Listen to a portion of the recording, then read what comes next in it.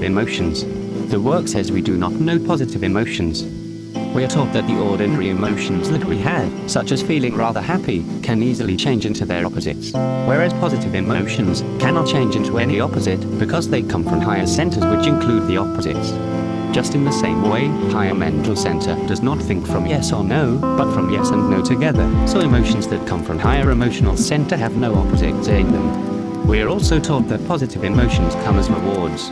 We cannot induce them. But if we have worked at non-identifying against negative emotions, and so on, and also try to remember ourselves at rather critical moments when everything is going wrong, then we may have, sooner or later, a flash of this reward called a positive emotion, which is utterly unlike any of the ordinary emotions that we experience in life.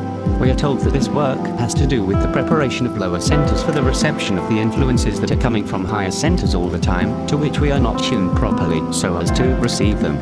As I have often said, our lower centers are really receptive machines, and they should hear the continual messages or influences that come from higher centers, but there is something wrong with them. They are wrongly connected, they are filled with wrong attitudes, wrong ways of thinking, wrong responses to external stimuli, and so on.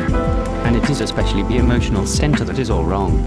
It is said of the emotional center that it is rather as if you put your radio machine underwater and expected it to transmit a right.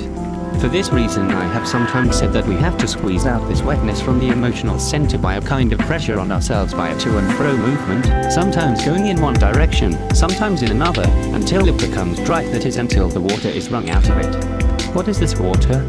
To continue the analogy, this water is being identified with your negative states all day long. Take complaining, for example.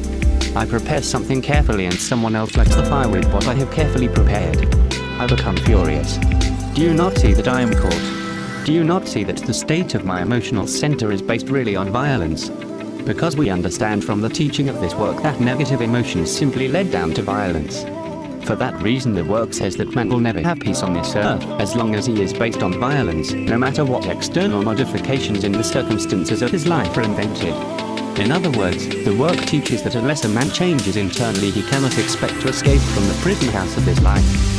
In short, he cannot come under fewer laws, but must remain under from 48 to 96 orders of laws, and if he is very negative you may be sure he is under 96 orders of laws. So we must understand that although we have great possibilities afforded us, we have not got the technical apparatus to realize them, and the word indicates the general direction in which a man or woman must go in order to get his disorder state rightly connected up so that these possibilities can be realized. This is one way of thinking about the work, and it is extremely useful to use this way of thinking what the work is about when you consider such things as the work as man is asleep, man cannot do, and in consequence everything happens in the only way it can happen. People say, why does not everyone wake up so that we can have a new world? Now can you all see the answer? Do you find it easy to stop being identified with the tasks of daily life? Do you find it easy to stop self-justifying? Do you find it easy to stop internal considering, in fact, to flee from it? Do you find it easy to externally consider, to put yourself in the position of other people with their difficulties? No, of course, you do not. So what is the good of saying, why does not everyone wake up? If you find it so difficult to apply the technique of the work to yourself, so it is necessary to connect yourself with something that will always remind you what this work is about, and if you reflect with the inner spirit of your thought upon the meaning of the work and give it time and space in your mental life, and also try to practice it both in your internal life and your external life and your relation to other people, you may get, quite in a haphazard way, a flash of positive emotion, and then you will know that the work is true, and then indeed you will have a point in the work which nothing can move.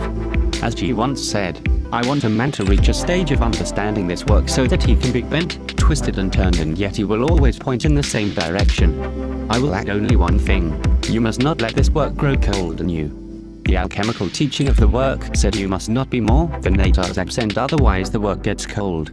Only now can we work, and if you say, I'm going to work tomorrow, you will not be able to do it, but unfortunately we have so many misleading eyes that are always saying things to us, such as, you are so tired, and the trouble is that we believe in these I am so fall asleep again even from the tiny level of awakening that we have reached.